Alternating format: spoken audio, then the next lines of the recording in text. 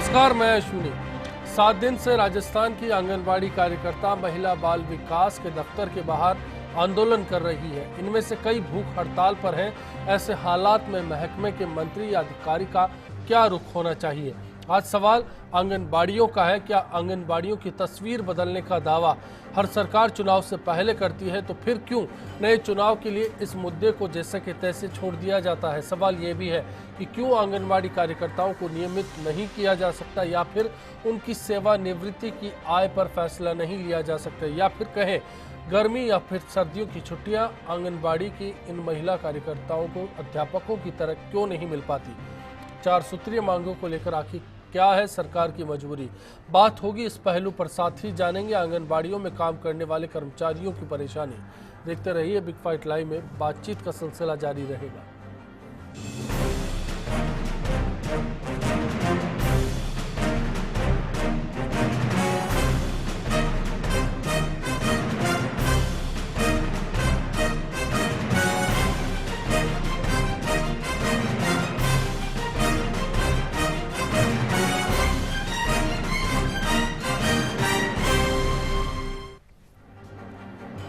मुरझाती आंगनबाड़ियों की बात क्यों है और क्यों ये मुद्दा उठा है, देखिए आप भी इस रिपोर्ट के जरिए। प्रदेश भर के 65,000 आंगनबाड़ी केंद्रों की करीब 2 लाख कार्यकर्ता, सहयोगिनी और सहायिका 7 दिनों से अनशन पर बैठी हैं। कई महिलाएं बेहोश हो चुकी हैं, कई को आईसीयू में भर्ती कराना पड़ा है। वहीं राजधानी के महिला एवं बाल विकास विभाग ऑफिस के सामने महिलाएं दिन रात अनशन पर हैं, लेकिन विभाग की मुखिया मंत्री अनीता भदेल को इनकी जानकारी तक नहीं है। आंगनबाड़ी कार्यकर्ताओं की मांगों को लेकर सरकारों की सिर्फ अनदेखी देखने को मिली है। कार्यकर्ता जहां 8 साल में सीएम से निदेशक तक 425 ज्ञापन दे चुके हैं, लेकिन मांगे जस की तस पड़ी हैं। मांगों के लिए मुख्यमंत्री को 70 बार, विभागीय मंत्री को 105 बार, जन सुनवाई में 10 बार, प्रमुख शासन सचिव को 90 बार और निदेशक को 150 ज्ञापन दिए जा चुके हैं। लेकिन ज्ञापन के बदले सरकारों से सिर्फ आश्वासन ही मिला है। सरकार चाहे कांग्रेस की हो या बीजेपी की, लेकिन आंगनबाड़ी कार्यकर्ताओं की हालत वही है। यही कारण रहा कि कार्यकर्ताओं को राजधानी के साथ पूरे प्रदेश भर में सड़कों पर उतरना पड़ा। कार्यकर्ताओं की 11 सूत्रीय मांगों में प्रमुख मांगे हैं: नियमित कर राज्य कर्मचारी बनाया जाए, केंद्रों को नर्सरी पाठशाला का दर्जा दिया जाए, सेवानिवृत्ति आयु 60 से बढ़ाकर 65 साल की जाए, केंद्रों पर स्टेशनरी कम की जाए, मानदेय बढ़ाया जाए और केंद्रों का किराया 200 और 750 रुपए तक बढ़ाया जाए। वहीं सरकार ने स्वराज संकल्प पत्र में आंगनबाड़ी कार्यकर्ता, सहायिका, साथिन, आशा सहयोगिनियों के योगदान को देखते हुए उनके मानदेय की बढ़ोतरी और एकमुश्त वार्षिक भत्ता का वादा भी किया गया था। साथ ही नियमित करने के लिए नीति बनाने के लिए एक उच्च अधिकार समिति बनाए जाने का वादा किया था। लेकिन 2.5 साल गुजर जाने के बाद भी इनको पूरा करने की दिशा में सरकार ने अभी तक कोई कदम नहीं उठाया है। वहीं पूर्ववर्ती कांग्रेस सरकार के समय आंगनबाड़ी कार्यकर्ताओं के मानदेय में 3 गुना से अधिक की बढ़ोतरी की बात की गई थी और पेंशन के अलावा 100 करोड़ रुपए की राशि से आंगनबाड़ी कार्मिक कल्याण कोष बनाकर इनको सामाजिक सुरक्षा प्रदान कराने का वादा किया था। लेकिन वो वादे भी अभी तक पूरे नहीं हुए। तो पूर्व मुख्यमंत्री अशोक गहलोत ने इन योजनाओं के लिए सरकार को जिम्मेदार बताया है और इन योजनाओं को ठंडे बस्ते में डालने का आरोप लगाया है। ऐसे में साफ है, सरकार चाहे बीजेपी की हो या कांग्रेस की, आंगनबाड़ी कार्यकर्ताओं के कल्याण की बात तो करते हैं, लेकिन धरातल पर कुछ नहीं किया जाता। तो मौजूदा तस्वीर के बाद क्या समझा जाए? क्या आंगनबाड़ी कार्यकर्ताओं के साथ सरकारों ने न्याय किया है या फिर इनका राजनीतिक लाभ लिया गया है? हर सवाल के बाद एक सवाल बिग फाइट लाइव में, जिस पर आपकी राय का हमें इंतजार है। क्या आंगनबाड़ी कार्यकर्ताओं के साथ बीती सरकारों ने न्याय किया है, चाहे कांग्रेस हो या फिर बीजेपी? आप अपनी राय firstindianews.com के जरिए हम तक पहुंचा सकते हैं या फिर फेसबुक और ट्विटर पर बता सकते हैं कि इस मसले पर आप क्या राय रखते हैं। बीजेपी से पंकज जोशी जी हमारे साथ इस चर्चा में शामिल हो चुके हैं। कांग्रेस से अर्चना शर्मा जी हमारे साथ हैं। माकपा से भंवर सिंह जी हमारे बीच मौजूद हैं। भंवर सिंह जी, इसी के साथ पहला सवाल मेरा आपसे है, आंगनबाड़ी कार्यकर्ताओं का जो सूरत हाल आज राजस्थान में देखने को मिल रहा है, उसके लिए किसे जिम्मेदार समझा जाए और ज्यादा जिम्मेदार कौन होगा? देखो, इसमें अश्विनी जी समझने की बात यह है कि ये पैसा जो आता है ना, बजट, ये केंद्र सरकार इसमें अलॉट करती है। नंबर 1, इन्होंने मोदी सरकार ने आने से पहले ये वादा किया था कि हम आंगनबाड़ी के बजट को बढ़ाएंगे। ये बजट पहले 14 के अंदर जो था ना, वो 14,000 करोड़ का था, 18,000 करोड़। 15-16 में इसको 22,000 करोड़ करना था, लेकिन अभी जो बजट पेश किया उसमें इन्होंने 8,000 करोड़ ही किया। जब बजट में हमारे लोग कम हुआ 8,000 करोड़ पे लिया है, फिर झगड़ा करने के बाद में ये बजट अभी 14,000 करोड़ वित्त मंत्री ने पहले जैसा हो गया। मतलब नहीं, 14 करोड़ हुआ, 18,000 करोड़ तो पहले था। जो 22,000 करोड़ पे ले जाना के 24,000 करोड़ करना था, उसको अभी इन्होंने जो है केवल जो है 8,000 से 14,000 करोड़ किया है। जो बजट ही नहीं दे रही केंद्र सरकार, जिसने वादा किया था बीजेपी ने अपने केंद्रीय में, तो केंद्रीय मंत्री जो मेनका गांधी है और खुद मोदी जी, दोनों के दोनों अपने वादे से मुकर रहे हैं। आज पूरे देश के अंदर आंगनबाड़ी कार्यकर्ताओं की, सहायिकाओं की हालत इतनी बदतर है कि 13वें हमारे जो 45वां जो श्रम सम्मेलन हुआ दिल्ली में, जो कि 2013 में हुआ था, उसमें ये सिफारिश की गई थी कि पूरे देश के अंदर जो ये जो सहायिका केंद्रीय कर्मचारी जो ICDC के अंदर है, उन सबको जो है राज्य सरकार का कर्मचारी मान के और न्यूनतम वेतन इनको दिया जाना चाहिए। अभी तक केवल पांडिचेरी एक ऐसा राज्य है जिसने इनको राज्य कर्मचारी मान करके और वेतन देना शुरू किया है। आज पूरे देश में अगर सबसे ज्यादा कोई पैसा दे रहा है तो केरल की सरकार है, जो इनको 10,000 रुपए महीना मानदेय देती है और रिटायरमेंट पर पेंशन भी दे रही है। त्रिपुरा दे रही है, तमिलनाडु दे रहा है, महाराष्ट्र में भी अभी इनको कुछ सुविधाएं देना शुरू किया है, इसी तरह से कर्नाटक ने भी शुरू किया। लेकिन राजस्थान हर तरह से पिछड़ा हुआ है।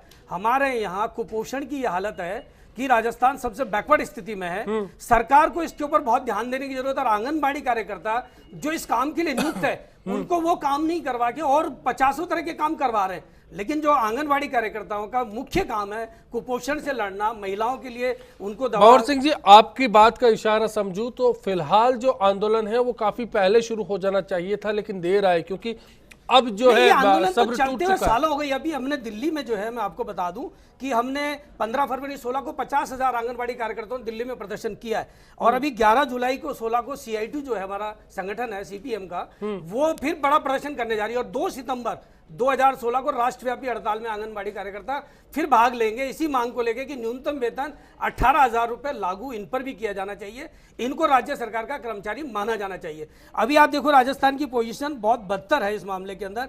आप पड़ोसी राज्यों को देखेंगे तो हरियाणा में भी 7,500 रुपए वेतन मिल रहा है, लेकिन आपके यहाँ तो 4,700 रुपए ही दे रहे हैं अभी इस स्थिति के अंदर। आज हमसे छोटा राज्य पड़ोस में है जो कि हमसे ज्यादा वेतन दे रहा है। इसी तरह से पंजाब में भी जो है हमसे ज्यादा वेतन मिल रहा है, 5600 रुपए। साथ ही साथ उनको मेडिकल लीव 1 महीने की और दे रहे हैं। राजस्थान मेडिकल लीव भी नहीं दे रहा है, और इनको जो बच्चे वगैरह जब होते हैं तो मैटरनिटी लीव जो मिलनी चाहिए 6 महीने की, जो कि सैंक्शन है गवर्नमेंट के द्वारा कि इनको 6 महीने का जो है मातृत्व अवकाश मिलना चाहिए, सरकारें वो भी नहीं दे रही है कहीं के ऊपर। ये स्थितियां अभी हमारे सामने है। अर्चना जी, आपका रुख करते हुए आपसे भी जानना चाहता हूं, बीते दिनों आपने जब ये मसला खड़ा किया, आप इस मसले के बीच आई, तो सरकार पर सीधा सीधा आपका आरोप था। क्या ऐसी मंशा है सरकार की जिसमें आपको खोट नजर आती है? देखिए अश्विनी जी, इसमें कोई संदेह नहीं कि 2.5 लाख जो आशा सहयोगिनी है, आंगनबाड़ी कार्यकर्ता हैं, सुपरवाइजर्स हैं, इन सब की जो भूमिका है वो मानव सूचकांक को बेहतर बनाने में सबसे बड़ा योगदान देती है। ये सिर्फ राजस्थान नहीं, पूरे भारत के परिदृश्य में है। मातृ और मृत्यु शिशु दर को कैसे कम करना है, कैसे उनके पोषण को सुनिश्चित करना है। आपने देखा अभी JLN हॉस्पिटल में जब मौत हुई तो वहाँ पर भारतीय जनता पार्टी के जो प्रतिनिधि थे, इन्हीं पर दोषारोपण कर रहे थे कि इनकी मॉनिटरिंग नहीं थी, जब उनसे सुनिश्चितता की बात की थी। यानी कितना महत्वपूर्ण काम करती हैं। उसके बाद इनका मानदेय कितना है, ऊँट के मुँह में जीरे के बराबर। अब इसमें ये नहीं कहती कि हम लोग थे तब हमने बढ़ाया, लेकिन हमने इस और कदम बढ़ाया था कि हम इनकी आजीविका को कैसे सुनिश्चित करें, एक नीति निर्माण करके।